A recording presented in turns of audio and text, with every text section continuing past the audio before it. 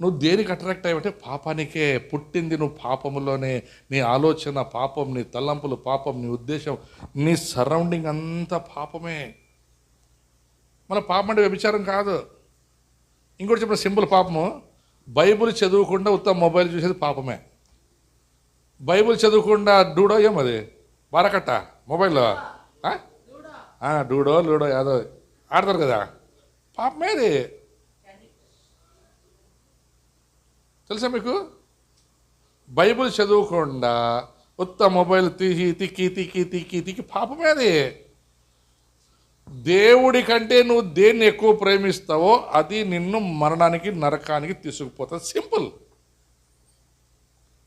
ఈరోజు చాలామంది పాస్టర్లు కూడా బైబుల్ చదువురు, మొబైల్లో ఎవరో చెప్పిన మెసేజ్లు వినేది. అదేమది ఏమంటుంది అదేమంటుంది చాట్ జీపీ. ఏం జీపీ? మీరు అంతే. ఇప్పుడు పరీక్షలకు పోయేటప్పుడు స్కూల్లో చదువు chat GP this question answer అనేది ఆ చాట్ జీపీ మాట్లాడుతుంది. అది వినేది పోయేది. అది తప్పు చెప్పింది, తప్పు ఎగ్జామ్ రాసింది అనుకో సెటిలింగ్. చాట్ జీపీని నమ్ముకొని సంకనాకపోతారు చాలామంది. ఈరోజు చాలామంది చూస్తాను బైబుల్ చదువు కొంతమంది చాట్ జీపీ పాపం కొంచెం జీతం మరణం నోట్స్ టెక్స్ట్ పంపి అంటే వాడు అన్ని టకటకటకటకట పంపిస్తాడు. దాన్ని తీసుకునేది పేపర్లో ప్రింట్ తీసుకునేది పెట్టేది అయిపోయారు. అది పాపం. అది పాపం. అది టెక్నాలజీ అన్నాడు. టెక్నాలజీ మనిషిని దేవుడి నుండి దూరం చేస్తూ ఉంది. నాకు నేనే పరీక్షించుకోండి ఒకసారి. అందుకే నాకు మైకులు ఇష్టం ఉండదు. యేసు ప్రభు సువార్త చెప్పినప్పుడు 3 రోజులు పగలు రాత్రి 5,000 మంది మొగలు పోతున్నారంట. మళ్ళీ ఆడవాళ్ళు ఎంతమంది ఉంటారా? పిల్లలు ఎంతమంది ఉంటారు? మళ్ళీ వాళ్ళు ఎట్లా సువార్త తింటారు?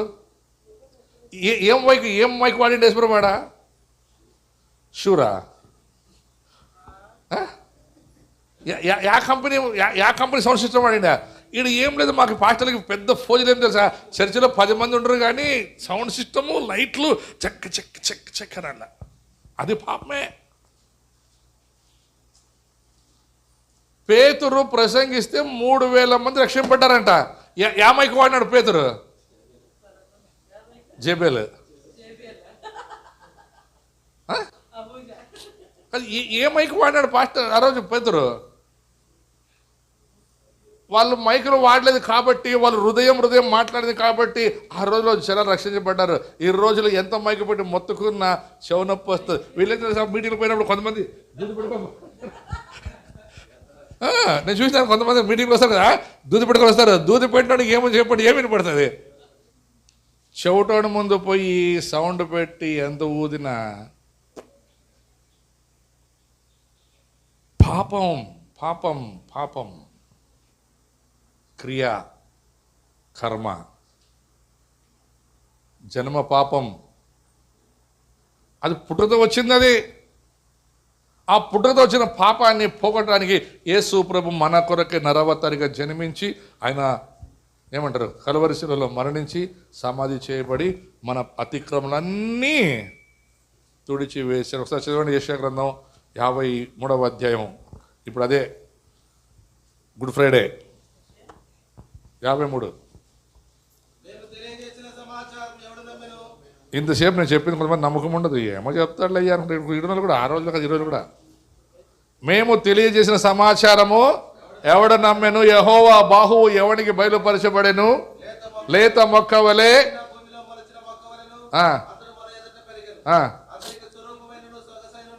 ఎందుకు లేదు యేసు ప్రభు సొగసు స్వరము? ఆయన అందగాడు కదా, ధవళావర్ణుడు, 10,000 మందిలో గుర్తింపదగిన వాడు, రాజులకు రాజు, ప్రభువులకు ప్రియుడు, నా ప్రియుడు, అతి సుందరుడు, అతి కాంక్షణీయుడు. చూసారా?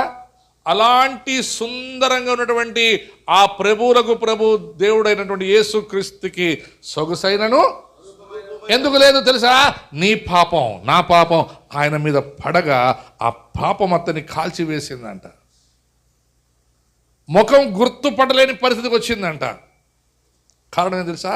నువ్వు నేను బాగుండాలని, నువ్వు నేను పాపంలో చనిపోవాలి. అందుకే పౌలు అన్నాడు, మనము కృప విస్తరించుచున్న కొలది ఇంకా నువ్వు పాపంలోనే నిలిచి ఉందుమా. అట్లన రాదు.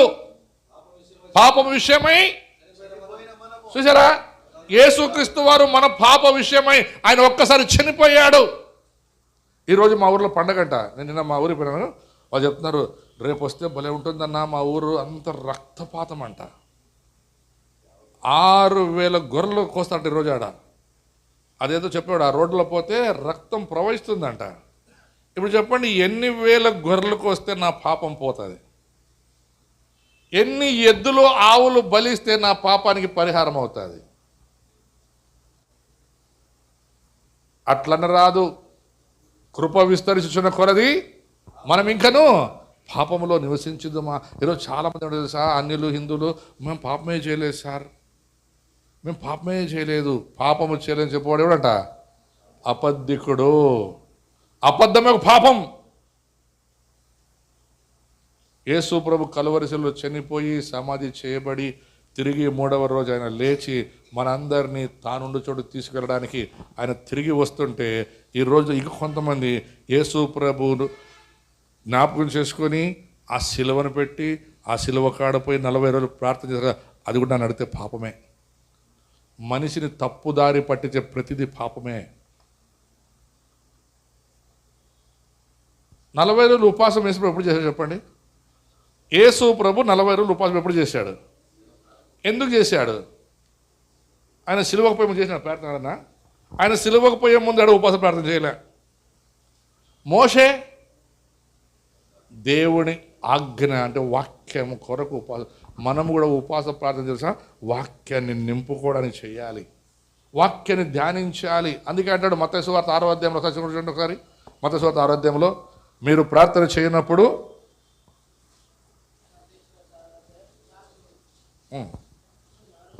ఫస్ట్ నుంచి చూడండి. కాబట్టి మీరు ఇలాగూ ప్రార్థన చేయుడి. చదువు.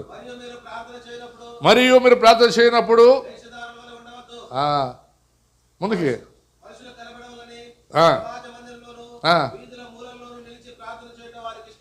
ఇప్పుడు కొంతమంది ఎట్లా చేసావు, ఏమ్మా పోతున్నామ్మా నన్ను ఫాస్టింగ్ ఉన్నానులే, మనుషులు కనపడాలా అని చెప్పుకో. ఉపవాసం చేస్తే ఇంట్లో ఉంటే బియ్యం వేసుకో, బయటకు రావద్దు. నేను చెప్పలేదు మాట, బైబిల్ చెప్తుంది.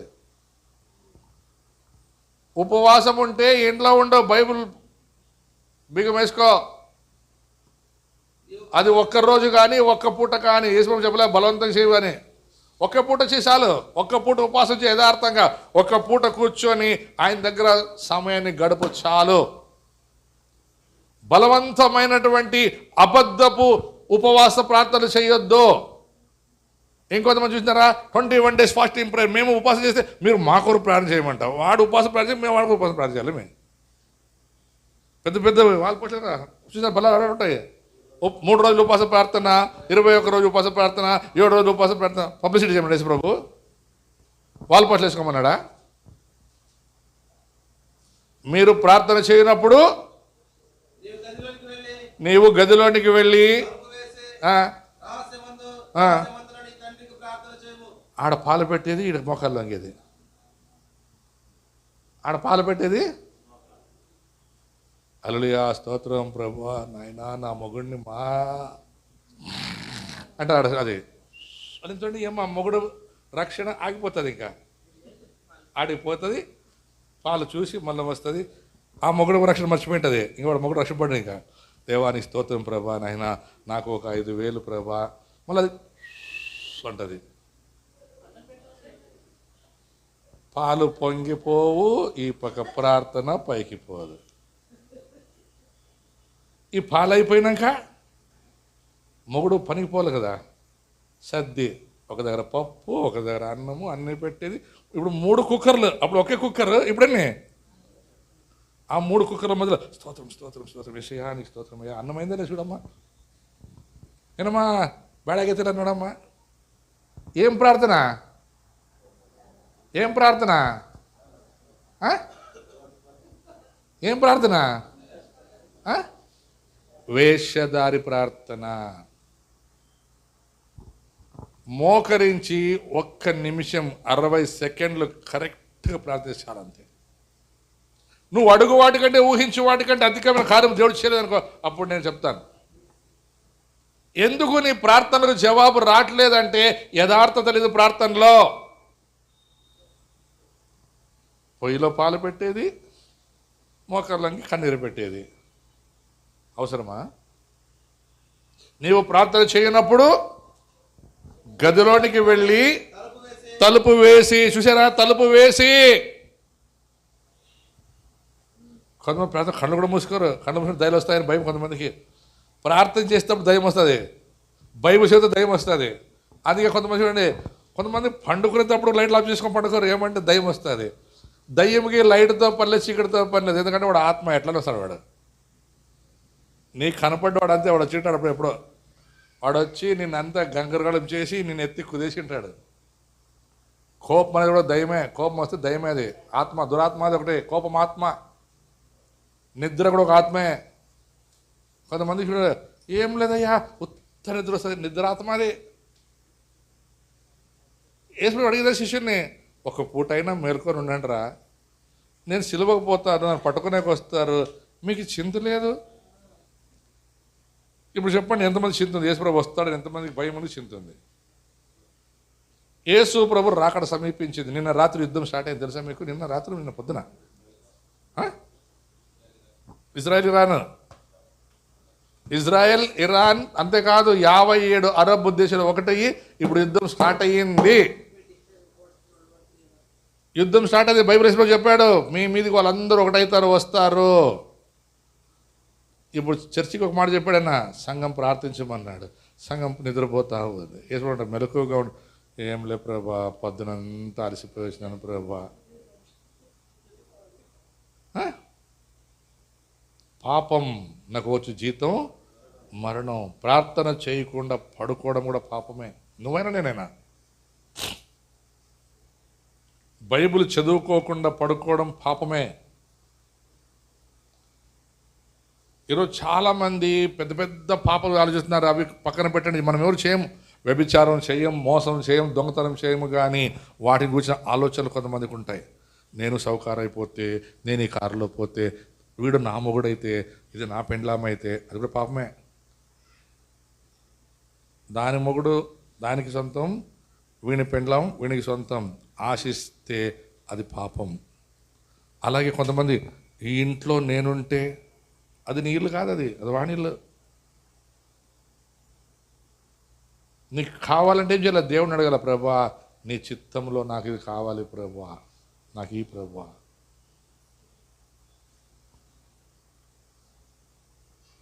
యెషయా 53, మేము తెలియజేసిన సమాచారము ఎవడు నమ్మెను, యెహోవా బాహువు ఎవనికి బయలుపరచబడేను, నేత మొక్కవలెను ఎండిన భూమిలో. ఎక్కడంట? మన జీవితాలు ఎండిపోయాయి. మన జీవితాలు ఏమైపోయినాయి? ఎండిపోయినాయి, వాడిపోయినాయి, తీసేసి పడేశారు మనలందరూ. ఎప్పుడైతే యేసు ప్రభు మనలోకి వచ్చాడో మన జీవితం మారిపోయింది తెలుసా? యేసు ప్రభు రాగానే మన జీవితం ఏమైపోయింది? మారిపోయింది. సూర్యకాంతం పూలాగా అయిపోయింది మన మొక్కలు, ఇంత పెద్ద. వా, ఎప్పుడైతే మన మొక్కలు బాగా వికసించి అందమైపోయామో, బైబిల్ చెప్తుంది, ఆ మాట ఒకసారి పైన పుట్టిస్తారు, వారు తక్షణమే ఆయనను మరిచిపోయిరి. అదే పాపం అంటే. ఆస్తి రాగానే దేవుణ్ణి మర్చిపోతారు. ఇంకో పాపం చెప్పున, ప్రత్యేక మగవాళ్ళకి, ముత్తు కొడవలు బందరే తుత్తు కొడవ మర్తో గంట చూసి, అది కూడా పాపమే. తల్లిని మర్చిపోయి భార్యనే పొగిడి గొప్ప చేయడం, అది కూడా పాపమే. తల్లిదండ్రుల్ని, అత్తామామల్ని అగౌరవించి భర్తనే ప్రేమిస్తే అది పాపమే. అత్తామామలు భూ పెట్టుకోకుండా దూరం ఉండి మీ అమ్మోళ్ళకి పంపించి, అది కూడా పాపమే. నీ ఇంట్లో ఉండి నీ సొంత కోడల్ని సరిగ్గా చూసుకోకుండా దూరం ఉండే బిడ్డని ఫోన్ చేసి, ఏం పాపా మీ అత్త బాగా చూసుకుంటుందా, నువ్వు బాగా చూసుకుంటే చెప్పు బిడ్డని, కోడల్ని. ఈడు కోడలనేమో, బట్టలుగా, బువ్వ పెట్టు, కసివుడుసు అని నీ ముఖానికి. ఆడుండే బిడ్డ బాగుండాలా, ఈడుండే బిడ్డ కోడలు ఎవరు నీకు? దేవుడిచ్చిన బిడ్డ. మీ అత్త ఎవరు నీకు? దేవుడిచ్చిన అమ్మ, ఆ అమ్మ బూ పెట్టదు, కానీ ఆడుండి ఆ అమ్మకి ఫోన్ చేసి, అమ్మా బూ తింటివా, అమ్మా బాగుంటావా, ఆరోగ్యం బాగా చూసుకో, ఏమన్నా డబ్బులు లేకపోతే నాకు చెప్పు, ఫోన్పే చేస్తాను. నీ అప్ప సొమ్మ, నీ సొమ్మ అది? ఎవడు సొమ్మ అది? పంపించే ముందు నీ మొగుడిని అడగకుండా పంపిస్తే అది పాపమే.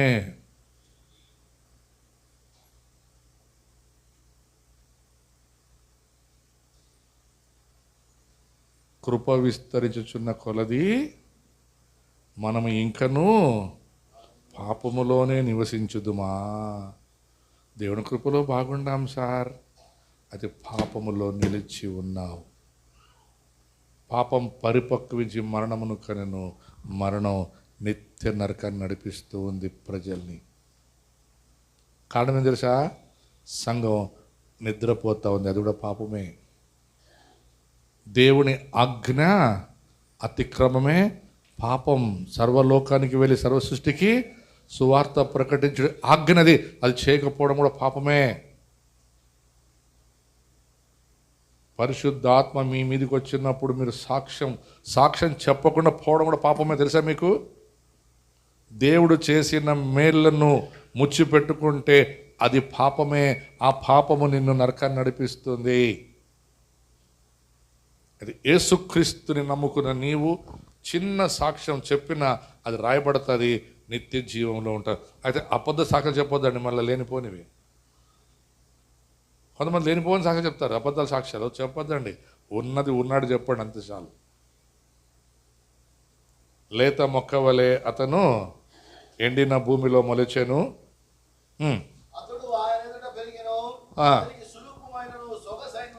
చూడండి, ఎందుకు లేదు ఆయనకి సొగస్సు, ఎందుకు లేదు ఆయనకు అందం? కారణం తెలుసా? మన పాపం ఆయన మీద పడ్డది. తర్వాత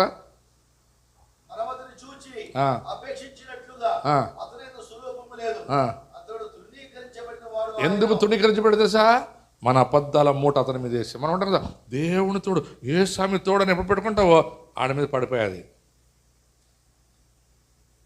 మనము చెప్పే ప్రతి మనం చేసే ప్రతి ప్రమాణాలు ఆయన మీద పడిపోతూ ఉన్నాయి. మనం ఆయన పిల్లలు.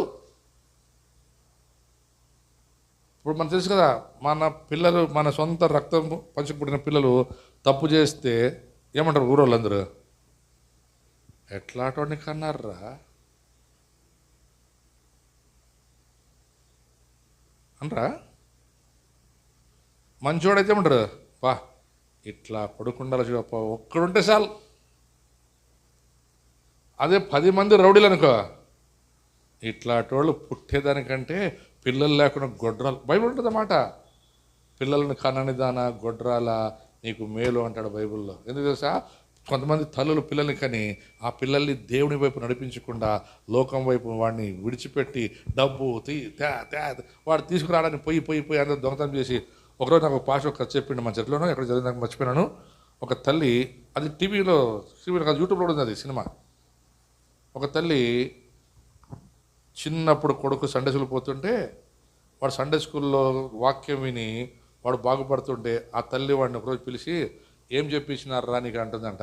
అమ్మా ఈరోజు మా సండే స్కూల్లో చెప్పారు దొంగతనం చేయకూడదు, అబద్ధాలు ఏమంటుందంట తల్లి, ఎవరిని అబద్ధాలు రా, మనం దొంగతనం చేస్తే బాగుపడతాము అని వాడు దొంగతనం నేర్పించిందంట. వాడు సండే స్కూల్ విడిచిపెట్టి దొంగతనం చేసే ప్రారంభించాడంట, పెద్ద. అట్లే వాడు ఒక రోజున ఏమైందంటే, చాలామంది హత్య చేసిన దానికి వానికి మరణశిక్ష పడిందంట.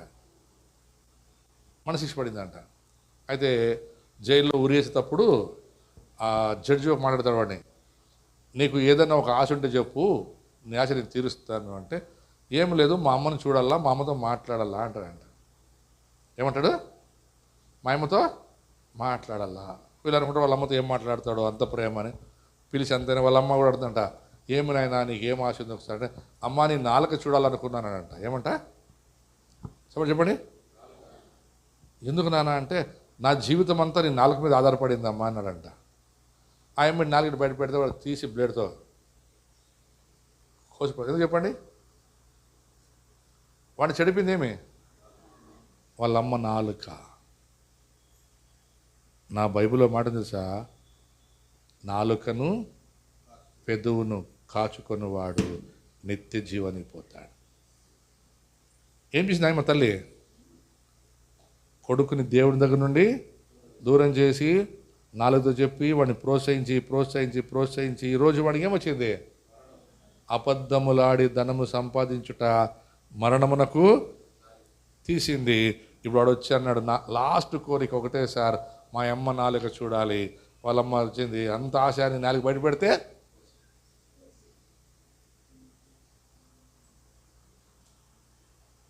చాలాసార్లు అమ్మలు, వాడు చూడరా ఎట్లా సంపాదిస్తున్నాడు, వాడు చూడరా ఎట్లా సంపాదిస్తున్నాడు, చూడరా చూడరా, వీడు చూస్తాడు చూస్తాడు చూస్తాడు, ఉద్యమం నీకే పెడతాడు బొక్క.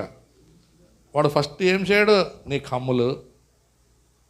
ఇప్పుడు బంగారు రేటు పెరిగింది కదా, అమ్ముకుంటాడు. ఆ డబ్బులతోనే మళ్ళీ పొక్కడ తెప్పిస్తాడు వాడు. వాడేం తక్కువ కాదు వాడు. నీ కమ్ములే అమ్మి వచ్చేటప్పుడు ఒక బిర్యానీ ప్యాకెట్, ఒక 1/4 కేజీ కబాబ్ పట్టుకొస్తే తిన్నాబా, నా కొడుకు ఎంత మంచివాడప్ప, అయిపోతుంది బిర్యానీ తీసుకొచ్చినాడు. అంత ఎంత ఉంది జేబులో? 1,00,000 రూపాయలు ఉంది. ఎవరిది అది? నీ చెవులవే. నువ్వేమంటే భయపడి డబ్బులు పెట్టినావు, అది ఉసుకాకి అయిపోయింది. అది ఆ తెచ్చిన దాంట్లో మళ్ళీ కొన్ని డబ్బులు ఇస్తాడు. అమ్మా తీసుకోమ్మా, ఖర్చుకి పెట్టుకోమ్మా అంటాడు. ఎవరు డబ్బులు అవి? ఎవరు డబ్బులమ్మా? మనవి కాదు, మేవే. నా వెంటకైతాయి మనవే అంట, మనవే. నా ఎంత మంది చెప్తారు మనవే అని? నీవే. ఒక 6 నెలలు అయినాక ఆడ పెళ్ళికి పోవాలా, కమ్ములు పుడతావు. అప్పుడు ఏంటే కమ్ములు నీ కడుపులో ఉన్నాయి. ఏం తిన్నావు నువ్వు? బిర్యానీ తిని, కబాబ్ తిని అని. నువ్వు అప్పది అడిగినావా ఎక్కడురా డబ్బులని? ఏం పని చేసి తెచ్చినావు నాయన అని అడిగినావా? అడిగింటే భయం వస్తుండే. రే బిర్యానీ భలే ఉందిరా, రేపు కూడా తెచ్చిరా అన్నావు అనుకో, ఈ పొద్దు నీ ఇంట్లో కమ్ములు పోయినా రేపు పక్క ఏమో అది కొంత చేను పీక్కొస్తాడు వాడు. ఇప్పుడు కూడా బిర్యానీ బాగుంది, రేపు తెచ్చిపెట్టరా, రేపు పెద్ద తెస్తాడు వాడు. ఒక్కసారి నన్ను అడిగినావా ఎక్కడివిరా అని? హలో, వాడి జత పట్టి చెడిపోయి, చెడిపింది నువ్వే. నీ కొడుకుని చెడిపింది నువ్వే, తల్లివి లేకుంటే తండ్రివి. తెచ్చినప్పుడు 2 పీకి ఆడ సంపాదించినావు చెప్పురా అంటే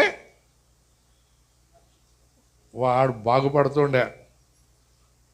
వాడిని పాపంలోనికి ప్రోత్సహించింది ఎవరు? ఇప్పుడు తల్లిదండ్రులే. అది బైబిల్ అట్లా ప్రోత్సహించలేదు. పాపము చేయవాళ్ళారంటే అక్రమము చేయవాళ్ళారు నా దగ్గర నుండి పొమ్మని కొట్టి తరిమాడు ఆయన. యేసుప్రభు దగ్గరికి ఎందుకు రారు? చాలా మంది యేసుప్రభు కొడతాడు, ఖచ్చితంగా కొడతాడు యేసుప్రభు. ఎందుకు కొడతాడు? బాగుపడాడు. నేను చెప్పున్నా, నాకు మా అమ్మ చాలా ఇష్టం. నన్ను మా అమ్మ కొట్టింది కాబట్టి ఈరోజు నేను పాస్ట్ అయినాను. ఏం లేదు, ముబారక్ సినిమా కాడ నేనేం మళ్ళీ దొంగతనం కింద చేస్తున్న లేదు, ఎవరిని కొడుతులేదు. ముబారక్ సినిమా కాడ వాల్ పోస్ట్ చూసుకుని ఇటు సిగరెట్ తాగుతుండే. ఎవడో పోయి చెప్పినట్టు, అక్క ఆడ చిటికాడ సిగరెట్ తాగుతున్నాడు అక్క అని.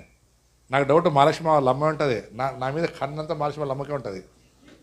ఎలిసిపెత్తమ్మ వాడు చిటికాడ ఆడ తాగుతున్నాడు అంటే మా అమ్మ కట్టి తీసుకొని వచ్చింది, ఈసోడు పీకింది అంతే. 1987 సంవత్సరం నాకు బాగా జ్ఞాపకం ఉంది. ఒకే దెబ్బ, మనిషికి ఒక దెబ్బ. ఆపద నుంచి మళ్ళీ నేను సిగరెట్ తాగలే. మా అమ్మ కొట్టుకోకుండా, రే భలే ఇడిచినవరా రింగులు, ఇంకా ఏడుసారు రింగులు అంటే. కొంతమంది చూసినారా, నాయన బీడి పెట్టుకుంటే కొడుకు అంటిస్తాడు. లేరా? ఉన్నారు లేరా? ఉన్నారు. నాయన బీడి పెట్టుకుంటే కొడుకు అగ్గిపులకి ఇస్తాడు. నాయన గ్లాస్ పెడితే కొడుకు పోస్తాడు. వాడు 2 రోజులు పోస్తాడు, 3వ రోజు నాయనకన్నా ముందు వాడే పోసుకొని దాంట్లో నీళ్ళు పోసి పెట్టిపోతాడు వాడు. ఇప్పుడు చెప్పండి, ఎవడు చెడిపోయింది వాడిని? నాయన ఫ్రెండ్సా? పిల్లలకి మంచి ఫ్రెండ్ నాయన, ఆడపిల్లలకి మంచి ఫ్రెండ్ అమ్మ, మగపిల్లలకి మంచి ఫ్రెండ్ నాయన. వాళ్ళే చెడిపోవాలన్నా బాగుపడాలన్నా దారి చూపించేది. ఇప్పుడు యేసుప్రభు ఎవరు మనకి? మంచి friend. He's the best friend, no one like him. ఆయన లాంటి ఫ్రెండ్ ఎవడుండడు ఈ లోకంలో. అందరు ఫ్రెండ్స్ ఏం తెలుసా, మన దగ్గర ఉంటే అన్ని తినేవాడే కానీ మనకి ఇచ్చేవాడు ఎవడు. అది యేసు ప్రభు మనం అడగక ముందే అన్నీ ఇచ్చిన ద బెస్ట్ ఫ్రెండ్. అయితే ఆ ఫ్రెండ్ దగ్గర మనం ఇష్టపడము, ఆ ఫ్రెండ్ దగ్గర పైకి మనకి ఇష్టం ఉండదు. ఎందుకంటే ఆయన ఏమంటే, రే నీకు అన్ని ఇస్తాను రా, నేను చెప్పిన పని చేయరా, పాపం చేయదురా, అబద్ధాలు ఆడుదురా, నువ్వు కరెక్ట్గా చెప్పు నేను ఇస్తానంటాం. కొంతమంది చూసినారా, కొంతమంది వచ్చి నా దగ్గర వస్తారు. కొంతమంది, అయ్యా మా ఇంట్లో మా నాయనకి బాగలేదయ్యా, ఒక 1000 రూపాయలు ఏమంటారు, సరే మీ నాయన దగ్గర నాకు ఫోన్ చెప్పి నేను ఇస్తాను. ఇప్పుడు ఆయన బాగుంటుంది కదా, వాడు ఫోన్ చేసి దొరికిస్తాడు. ఇప్పుడు వదిలేయ్యా నువ్వు ఇస్తే లేకుండా బాగాలేదు. అప్పుడు అర్థమవుతుంది, వాడు చేసే ఆ రియాక్షన్ మనకు అర్థమైపోతుంది, ఇప్పుడు అబద్ధాలు చెప్తున్నాడు. చాలామంది కొట్టరు అమ్మలు నాయనలు. అమ్మ కొడితే నాయన అడ్డం వస్తాడు, నాయన కొడితే అమ్మ అడ్డం వస్తుంది. చెప్పండి ఎవరు చెడగొట్టింది? అమ్మా, మీ పిల్లల్ని మీరు చెడగొట్టుకుంటున్నారు, మీ జీవితాన్ని మీరే పాడు చేసుకుంటున్నారు. మన జీవితం అంతా యేసు ప్రభు మీద పడగానే ఆయనను గుర్తుపట్టలేకపోయిందంట లోకం. లేత మొక్కగా అందంగా సుందరంగా ఉన్నటువంటి ఆ దేవుడి మీద మన పాపాలు, మన అబద్ధాలు, మన మోసాలు పడగానే ఆయనకి ఏమీ లేని స్వరూపం అయిపోయిందంట.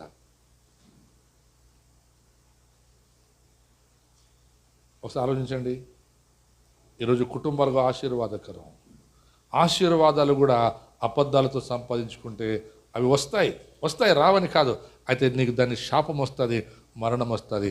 యెహోవా ఆశీర్వాదము ఐశ్వర్యమునిచ్చును, మనుషుల కష్టార్జితము. అందుకని చూడు,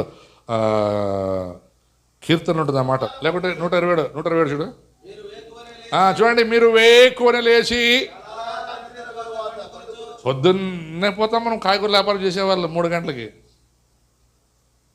ఇంకా వేరే పనులు ఉంటే రాత్రి పండుకోరు కొంతమంది. పొద్దున్నే ఏమంటారు అది మార్కేసేకి, వాడు రాత్రి చెప్పినాడు ఓనర్, వాడు ఏమంటాడు పంచాంగం చూసేసినాడు. వాడు పోయి వాడు స్వామి చెప్పింటాడు, రాత్రి 12 గంటకి కాకపోయి కప్ప అంటే 2 గంటలకు పోతాడు.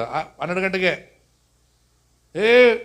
అదేమంది గుద్దులి కరెక్ట్ 12 గంట 30 నిమిషం మధ్య నాకపోయి అప్పుడే వేస్తాడు వాడు. 1 నిమిషం ఆ పక్కాడు, 1 నిమిషం పక్కాడు. ఇంకొంతమంది వ్యాపారం చేసేవాళ్ళు రాత్రి నిద్రైపోరంట. వేకువజామున లేచి, మరుసటి మీరు పొద్దున్నే లేచి చాలా రాత్రి. కొంతమంది చూడండి వ్యాపారం కాలేదు, రాత్రి వరకు. రాయల్ సర్కిల్లో చూడండి కొంతమంది రాత్రి 12 గంటలైనా ఆ ఇడ్లీ బండిలు పోలీసులు వస్తుంటారు. వాడు ఈ పక్క పరిగెత్తాడు, ఆ పక్క వాడు పోలీసుడు పాము వాని దగ్గర ఇడ్లీ అన్ని తిని మళ్ళీ వాడిని కొట్టిపోతాడు వాడు. ಸಾರ್ ಬೆಳಿಗ್ಗೆ ಎದ್ದು ರುಬ್ಬಿಕೊಂಡು ಎಲ್ಲ ಮಾಡಿ ಕಷ್ಟಪಟ್ಟು 12 ಗಂಟೆಗೆ ನಿದ್ದೆ ಮಾಡ್ತೀವಿ ಸಾರ್, ₹1 ಉಳಿಯೋಕ್ಕಿಲ್ಲ ಸಾರ್. మీరు వేకువనే లేచి చాలా రాత్రి అయిన తర్వాత పండుకొనుచు దొంగతనం చేయలేదు మీరమ్మా, కష్టార్జితం. అందరూ కష్టపడతామయ్యా, ₹100 మిగులుతూ పొద్దునకి. అందరూ ప్రార్థన చేయండి మోకాల్లో, ఇంట్లో ఎందుకు మిగులు చూస్తామంట. మిగిలిపోతే అప్పుడు నా అంగి పట్టుకొని అడగండి ఏమంటే అయ్యా అని. పేతురు ఒక మాట అంటాడు, ప్రభువా రాత్రంతా శ్రమ పడితేనయ్యా ఒక చేప దొరకలేదయ్యా, ఈ గల్లీ సముద్రం గురించి నీకేం తెలుసయ్యా, నన్ను పుట్టిందీడ పెరిగిందీడ, ఈ మూలలో యాడ చేప నాకు బాగా తెలుసయ్యా, అయినా నాకు ఒక చేప దొరకలేదయ్యా. ఏదో ఒకే మాట అంటాడు, కొద్ది ముందుకు పోయి కుడిపక్కే అంటాడు. ఆయన పని ఏమి, కార్పెంటర్ పని. చేపలు పట్టేది తెలియదు, వల వేసేది తెలియదు. అది ఇంకోటి తెలుసా, ఆయనే సృష్టికర్త. చేపలు కలుగుని కాక నీది ఎవరు? ఆయనే. ఆడుండని చెప్పింది ఎవరు? ఆయన అన్నాడు, పేతురు ఆడే రావాలా. నాకు ఆ మాట చాల్సింది తెలుసా, నీ మాట చెప్పునా. చూసారా, నీ మాట చెప్పున 165 పెద్ద చేపలు పడ్డాయంట. వాడి జీవితంలో పడిండవు. చూసారా, తర్వాత దానికి ముందు కూడా ఒకటి ఉంటుంది, వాళ్ళు రాత్రి చేపలు పడతారు, దొరకవు, యేసు ప్రభు వల ఏమంటే వేస్తారు. మళ్ళా నాకు ఆడ సంతకం తెలుసా, పక్కన పడవలు పిలుస్తారంట. వాళ్ళు 2 పడవలు ఎప్పుడైనా నిండిపోయి ఉంటాయి. పక్కన పిలిచి, రే జబదే కుమార్లరా మీరు కూడా నింపుకోండిరా. ఏమి? ఆయన ఒక్క మాట లోబడాలంతే. అదే పేతురు అన్నీ చూసి తర్వాత యేసుప్రభు ఎప్పుడైతే సిలువ ఎక్కుతాడని తెలుస్తుందో రాత్రి పారిపోతాడు. మళ్ళీ అంటాడు, మీరు ఏమని చేసుకోండి అప్ప, నాకు ఆయన చెప్పినాడు కదా వల ఆడేయాలని, నేను ఆడైపోయి వలేస్తాను ఇప్పుడు. మళ్ళీ ఆడకూడదండి, రాత్రి అంతా వలేసాడు. మళ్ళీ మనోడు ఒక చేప దొరకలే. ఆయన వచ్చి, ఏమయ్యా పిల్లలారా తినేకి ఏమన్నా ఉందంటే, రాత్రంతయు శ్రమ పడినా రాలేదు ఒక్క చేప. ఎన్ని దారులు కొడితేమో, 6 దారులు కొడితే కూడా ఒక ఇంత భూ దొరలేదు ప్రభా ఈ రాత్రి అంతా. అడుగుమంటాడు, పిల్లలారా కొద్దిగా పోండి ముందుకి, అడగండి వల వేసిరి తీసుకొచ్చిరి. అప్పుడు అంటాడు పేతురు, ప్రభు సుమా చూసారా, అంతమంది చూసినారు ప్రభుని, చూడలేదు వాళ్ళు. అది వాళ్ళు గుర్తుపట్టలేదని నిద్రపోతున్నారు, నిద్ర మబ్బులో ఉన్నారు, కళ్ళు మబ్బు వచ్చేసినాయి. యేసు ప్రభు వస్తాడు, ఎప్పుడు వస్తాడో తెలియదు. వచ్చాడు, నిలబడ్డాడు, గుర్తుపట్టలేకపోయారు. కారణం మన పాపం అతని మీద పడింది. మన అబద్ధాలు, మన ఏమంటారు లోపల కళ్ళు, కక్ష, ఈర్ష అన్నీ యేసు ప్రభు మీద వేసి మనమేమో పెద్ద భక్తుల్లాగా ప్రవర్తిస్తున్నాం. ఆ ప్రవర్తన మనల్ని దేవుడి నుండి దూరం చేస్తుంది. కాబట్టి పశ్చాత్తాపడదాం, యేసు వైపుకు తిరుగుదాం. ప్రతి ఒక్కళ్ళు మూసుకుందాం, లేచి నిలబడదాం. మీ కుటుంబ ధర్మం నిలబడండి. మీ నోటితో ఒప్పుకోండి, ఈ నెల, ఈ మొదటి ఆదివారం, ఈ నెలకు మొదటి దినం నేను దీవించబడుతున్నాను, నేను తప్పకుండా ఆశ్రయించబడుతున్నాను, నేను నా కుటుంబం బహు బలముగా దేవుని కృపలో ఆశ్రయించబడుతున్నాము. అయితే అబద్ధములాడి ధనము సంపాదించుకొనుట కొన ఊపిరితో సమానం, అది మరణం. అయితే మెలకువగా ఉండి యేసు క్రీస్తు వైపు చూస్తూ ఆయన రాకడకు సిద్ధపడదాము. కానీ ఈ లోకములో పాపములో శాపములో కొట్టుమిటలాడుతూ ఇంకా నటనా జీవితం జీవిస్తూ బ్రతకడం అది నరకానికి తీసుకుపోవడమే. కాబట్టి నీ ప్రాణం, నీ ఆత్మ, నీ శరీరం దేవునికి ఇష్టమైనవి. యేసుప్రభు అన్నాడు,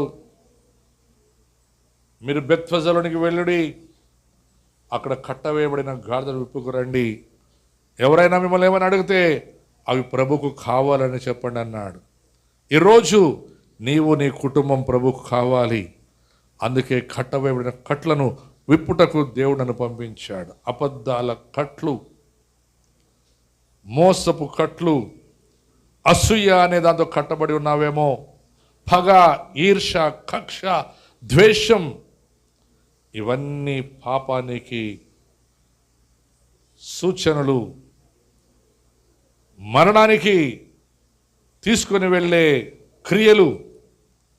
వాటిని విడిచి ప్రభు వైపుకు తిరుగుదాం అని చెప్దాం. ప్రభా, నా దేహమును నీకు సమర్పిస్తున్నాను.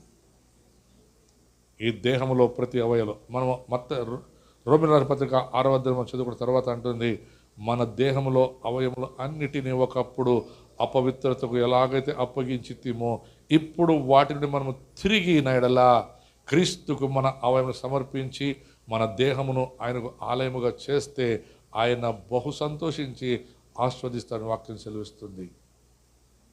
ఆయన వైపుకు తిరగండి, మీ చేతులకు చెప్పండి, ప్రభా నన్ను ఆశీర్వదించు.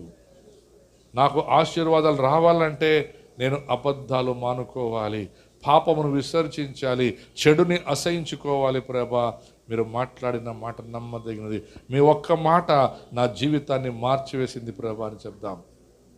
మహాపరిశుద్ధుడా, సర్వశక్తిమంతుడా, స్తోత్రం. నీ మాటలు జీవముందేసయ్యా. మీ కుటుంబంలో ప్రభ ఏముండాలని ప్రభ చక్కని వర్తమానతో మాట్లాడింది కొందనాలు. ప్రతి కుటుంబాన్ని మీరు దీవించండి, ఆశీర్వదించండి. వాళ్ళ రాకపోక ప్రయాణం ముందు మీరు తోడుండండి.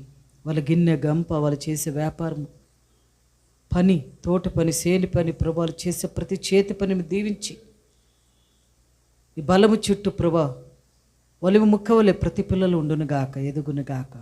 ఆయుష, ఆరోగ్యం, బలము, శక్తి దయచేయండి. ప్రతి అవసరత తీర్చండి, ప్రతి అప్పు తీర్చండి.